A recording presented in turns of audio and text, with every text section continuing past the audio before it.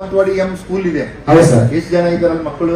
Sir ಅಲ್ಲಿ 160 ಮಕ್ಕಳು ಇದ್ದಾರೆ ಸರ್. 181 ಮಕ್ಕಳು. 160 ಈ ವರ್ಷ ದಾಖಲೆ ಆಗುತ್ತೆ ಸರ್. ಟೀಚರ್ಸ್ ಎಷ್ಟು ಜನ?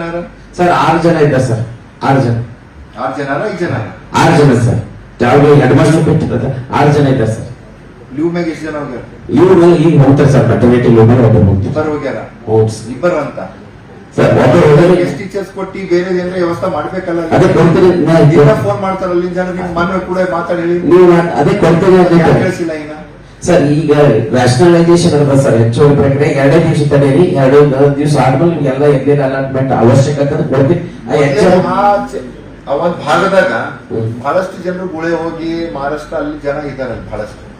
ಇದ್ದಿದ್ ಮಕ್ಕಳಿಗೆ ನೀವು ಒಳ್ಳೆ ಇದು ಕೊಟ್ಟಿಲ್ಲ ಅಂತಂದ್ರೆ ಆ ಮಕ್ಕಳು ಹಂಗೆ ಸರಿ ಕಂಪಲ್ಸರಿ ಹೆಚ್ಚಾಗಿ SDMC ಕರ್ಸಿ ನಾನು ಹೇಳಿದ್ದೀನಿ. ದಂಗಾರವಾಡಿ ಹನುಮಂತವಾಡಿ ಎಲ್ಲ ಪೂರ ಅಲ್ಲಿ ಗುಳೆ ಹೋಗಿ ಮಹಾರಾಷ್ಟ್ರದಾಗೆ ಬಹಳ ಜನ ಇದ್ದಾರೆ. ಇದ್ದಿನ ಮಕ್ಕಳು ಅಲ್ಲಿಗೆ ಹೋಗ್ಬಿಡ್ತಾರೆ. ನನ್ ಮುಂದೀಗ ಒಳ್ಳೆ ಶಿಕ್ಷಣ ಕೊಡೋದು. ನೀವು ಒಳ್ಳೆ ಶಿಕ್ಷಣ ಕೊಡ್ಲತ್ತೀರಿ ಮಾತ್ರ ಅಂದ್ರೆ ಅವ್ರ ತಾಯಿ ತಂದೆ ಇಲ್ಲ ನಮ್ಮ ಮಗ ಎಜುಕೇಶನ್ ಒಳ್ಳೆ ತಗೋತಾ ಇದ್ದಾನಪ್ಪ ನಾವ್ ಇಲ್ಲೇ ಇರ್ಬೇಕು ಅಂತಾರ. ಇದು ಎಜುಕೇಶನ್ ನಾವು ಚೆನ್ನಾಗಿ ಕೊಟ್ಟಿಲ್ಲ ಮಕ್ಕಳಿಗೆ ಹಿಂಗೆ ನೆಗ್ಲೆಕ್ಟ್ ಮಾಡಿದ್ವಿ ಅಂತಂದ್ರೆ ಆ ಜನ ಮಕ್ಕಳಿಗೆ ಕರ್ಕೊಂಡು ಅಲ್ಲಿ ಲೇಬರ್ ಕೆಲಸ ಮಾಡ್ಬೇಕು. ಗೊತ್ತಾಗ್ತಲ್ಲ ಇಲ್ಲಿಂದ ಸಮಸ್ಯೆ ಇದೆ ಬಹಳ. ಸರಿ ಸರ್ ಸರಿ. ಇವೆಲ್ಲ ನೋಡ್ಬೇಕಲ್ಲ. ಮತ್ತೆ ಯಾವ್ದೇನ್ ನೋಡ್ತೀರಿ? ಅದೇ ನಮ್ದು ಈಗ ದಂಗಾರವಾಡಿದಾಗ ನಾವು 4 ಕ್ಲಾಸ್ ರೂಮ್ ಹೊಸ ಕಟ್ಬೇಕಂತ ಇದು ಮಾಡಿದ್ವಿ. ಯಾಕೆ ಫಾಲೋ ಅಪ್ ಮಾಡಿದ್ರಿ ಅದು ನಾವು ಶಾಸಕರು ಅದನ್ನು ನಾವೇ ಫಾಲೋ ಮಾಡ್ಬೇಕು. ಹೋಗಂತ ನಾವೇ ಹೇಳ್ಬೇಕು.